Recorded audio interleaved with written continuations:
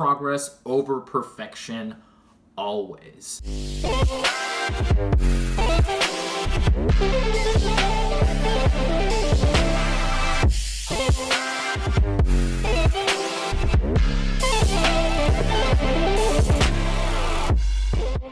Not my best week. I was doing great until X, Y, and Z, and then everything spiraled. Oh, there's definite room for improvement this week. Those are things that I'll hear, and those are kind of often precursors to the progress over perfection concept and principle. Personally, I like to consider myself a recovering perfectionist. I grew up performing music.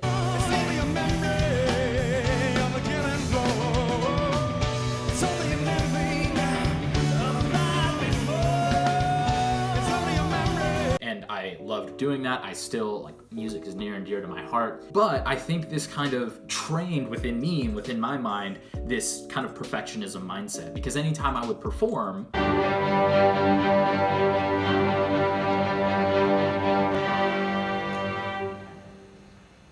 no matter how well the performance was as a whole, no matter how well the band played, this is the epiphany of the epiphany of everyone but. No matter how well the orchestra did as a whole, I'd be worried about, oh man, I kind of my intonation was off on that F sharp in that one piece when I was maybe playing with the orchestra, or maybe I didn't do something cool and fun on the electric bass when I was in more of a rock group.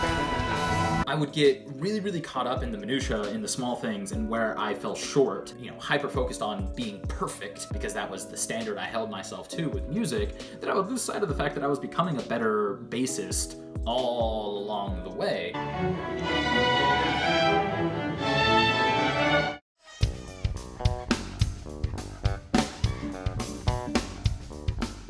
I think that kind of ingrained in me this sort of perfectionism that I think was, to an extent, where it was no longer helpful. Sure, wanting to improve, wanting to be great, that's fantastic. But trying to be perfect is kind of like chasing a unicorn, because true perfection kind of doesn't exist in a lot of ways, and that's especially relevant when it comes to fitness, because there is no perfect plan, there is no perfect workout, there is no perfect nutrition plan, there's no perfect food, there's no perfect macros, none of this stuff is based in perfection. So we don't need to hold ourselves to that high of a standard, because it's just an unrealistic standard. Not even perfection is a perfect metric for success and for progress. And lucky for us humans, we don't have to be perfect to make progress. And that is really important to remember, especially with this fitness stuff, because most of the time we're not going to be perfect. And what we need to focus on is getting a little bit better, be that every day, every week, month after month, because that progress is what compounds and winds up becoming big results on the scale or in your lifting or whatever your goals are. When we get too caught up in being perfect, we get this all or nothing mindset.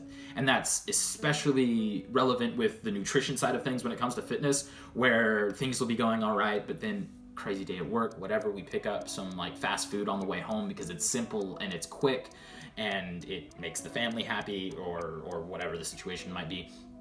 But we do something that is off plan. And then it's well, this day is shot, so I'm just gonna eat whatever I want the rest of the day. And then that's maybe a Friday night. So then it's, the weekend's kind of shot because I can't be perfect. I already lost on the perfectionism, so I might as well just throw in the towel this whole week.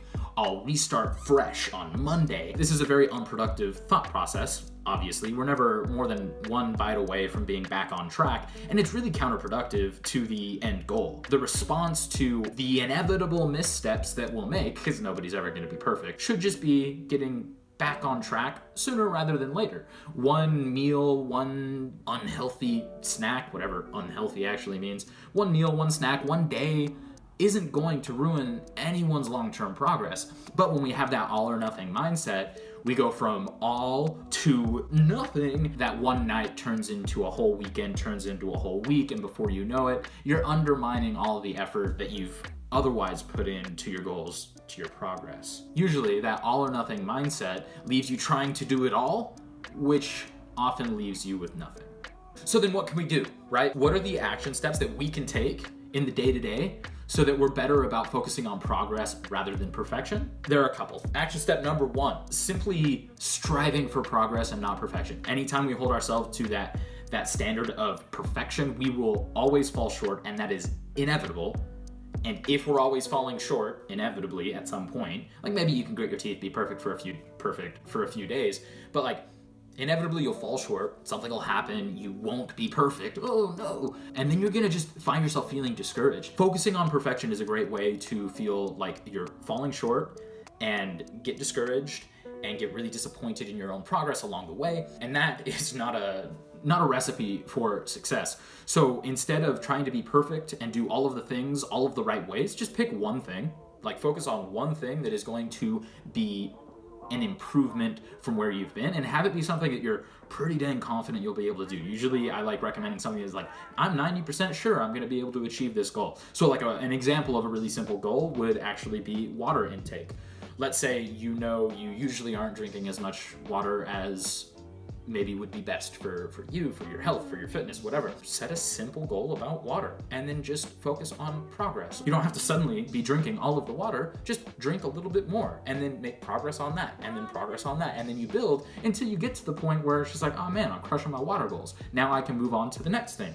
Now it's going to be vegetables. I don't eat nearly enough vegetables. Let me add in some more vegetables to my day, make it a really manageable goal for, say, the next week.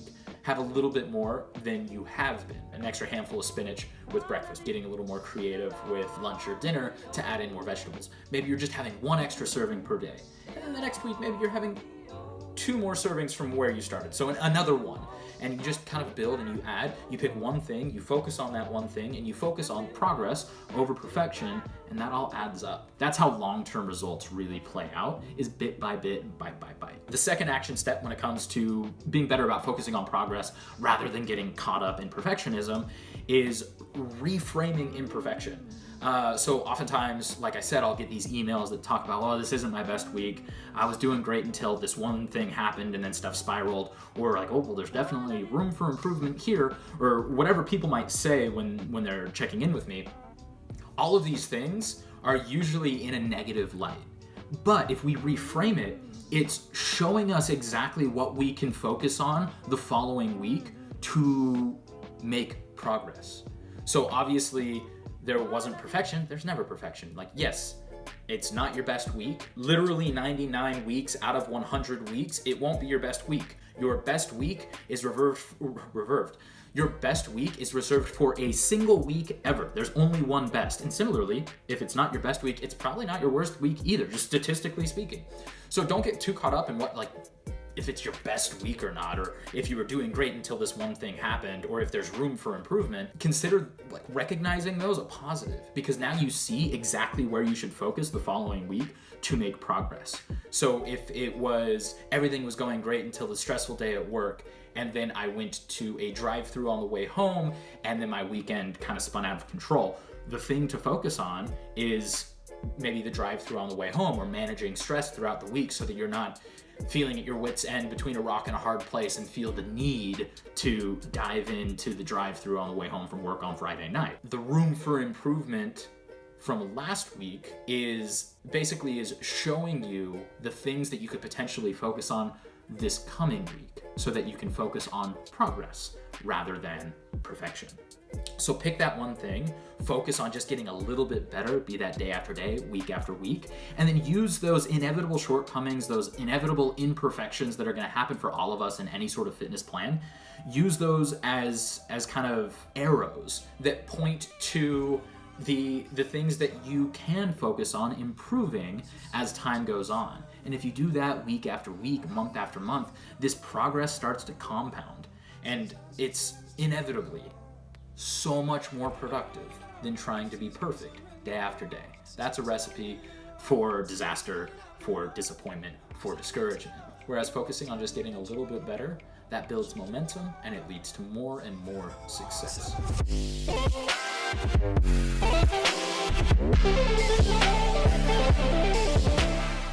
All right, so thanks for watching. As you've maybe noticed by now, this is actually a series where I dive into five of the things I say most often in my coaching. If I'm saying them in my coaching, the rest of the world could probably benefit from hearing it as well. That's why I wanted to create this series. I'm gonna drip them out one by one, and then I'm actually gonna put them all together in a more condensed kind of compilation style video as well. So if you liked what I had to say today, one, go ahead and like it, like literally like the video, but also go ahead and share it with people that you think might also benefit from hearing these nuggets of truth that I share with the people that I coach to help them love food, be fit, and make progress. And then keep your eyes peeled for the next one. This was one part of 5 total, so make sure to like the video, subscribe if you're liking this stuff so you don't miss the next ones. Really appreciate you watching. I don't know, these are all things that I say so often in my coaching, and as such, I think they're things that need to be said more often in fitness at large. So I hope you were able to get something out of this. Feel free to share it with anyone and everyone and help people make the progress that is so elusive in this world of fitness.